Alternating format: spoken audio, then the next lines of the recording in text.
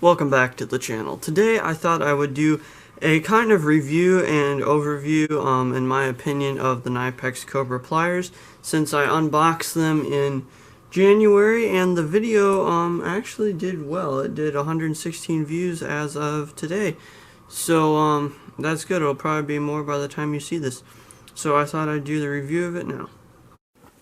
Alright, so the things I like about these, they're just awesome. They look awesome. That's the one thing. When I first saw the video that I saw them in, I like the way they look. Second is that this locking mechanism, there is no way to, once these are locked in this position, you can't undo that lock until you press this button. So, say I wanted to work on a pipe that was this big around, so I set it there, I work on the pipe, I put these down on the table or the floor or wherever I'm working. Unless you come along and press this button, these will always stay locked in this spot.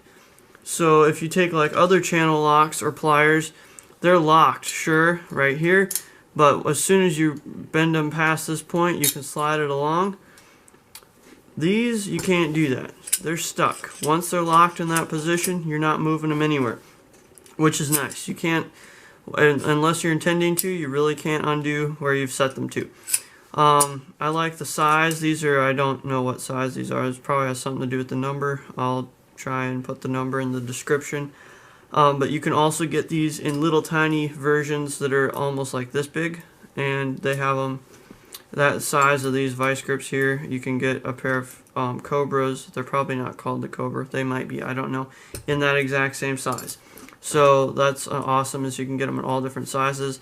And I just like them. They're kind of cool. I find it fascinating, this mechanism. It just fascinates me how they have a bent piece of metal back here attached with a screw. You press that in and it makes kind of a spring, so that's kind of cool.